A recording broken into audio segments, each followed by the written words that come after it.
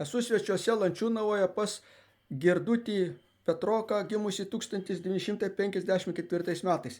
Ir jis papasakos apie dvaro, kuriame jisai dirbo, nes čia buvo profesinė mokykla, istorija tarp tų 50 čia praleistų metų. Prašom. Esu Lančiūnavos kaip ir senbuvis, sakykim, bet nesu vietinis. Pradėjau čia dirbti 1977 metais. Buvau paskirtas į Lančiūnavos tarybinį ūkį technikumą agronomu. Ir nuo to laiko jau netaip mažai metų prabėgo. Tuo metu tarybinio ūkio technikumo gamybinio ūkio kontora buvo dvaro rūmose, grafo Kohnovickio dvaro. Ir tas dvaras tikrai tuo laiku buvo gana geros būklės. Buvo 4 gražus labai pečiai iš olandiškų koklių. Vat ir, parkas šalia labai gražus ir daug medžių įvairių rūšių.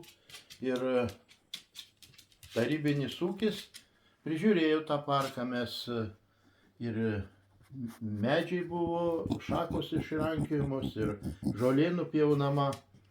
Bet kada atėjo po 90 metų, dvaras buvo atiduotas simbolinė kaina likusiai grafo Kohnovickio giminaitei.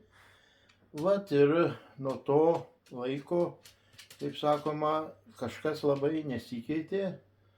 Dvaras nebuvo labai prižiūrimas, ėjo iš pradžių dukra jos, mirus tai giminaitė, po to dukra pardavė vieniems šeimininkams, tie kitiems ir iki pat dabar, tas dvaras, nemanau, kad jis patapo geresniu, o manau, kad ir jo, jeigu taip ir toliau bus, tai jo likimas gan liūdnas.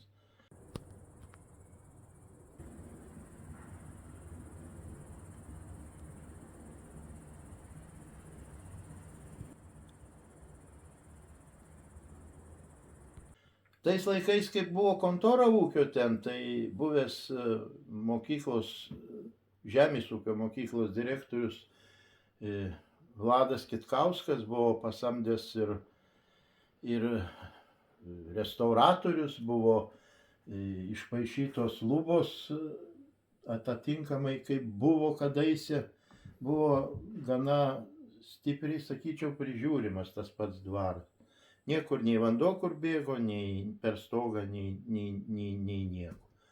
Dabar šiuo momentu tai dvaras ir parkas prie jo yra gana apleistas.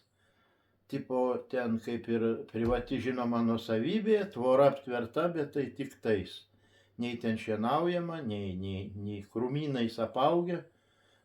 Atrodo apgailėtinai šiuo momentu. Ir langai išmušti. Ir langai, langai gal ne taip, bet ne kažką ten yra ir langai. Durys buvo bandytos padegti, ten matosi, jeigu ten pavaikščius aplink tos rūmus.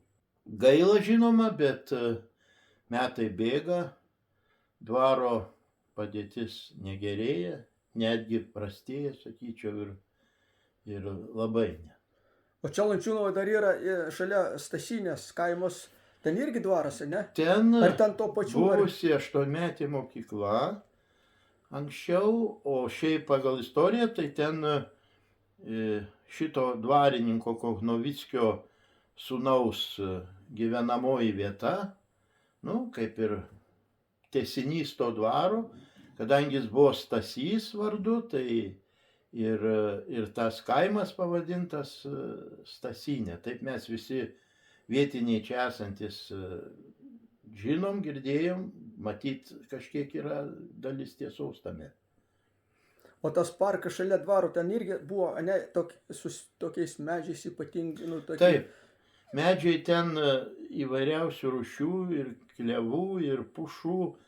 Ir kadaise tai dar būtent tada, kai aš pradėjau čia dirbti, tai užlipus ant stogo, tai net matėsi iš medžių padaryta buvo Gedimino stulpai. Nu, dar čia aišku, anais smetoniniais laikais. Po to, žinoma, medžių dalis išgedo, išlūžo, to dabar jau nebesimato. Bet tada, vat, apie 77-8 dar matėsi. Jo, ačiū tada už pasakojimą įrašytą 2025 m. rugsėjo 13 d.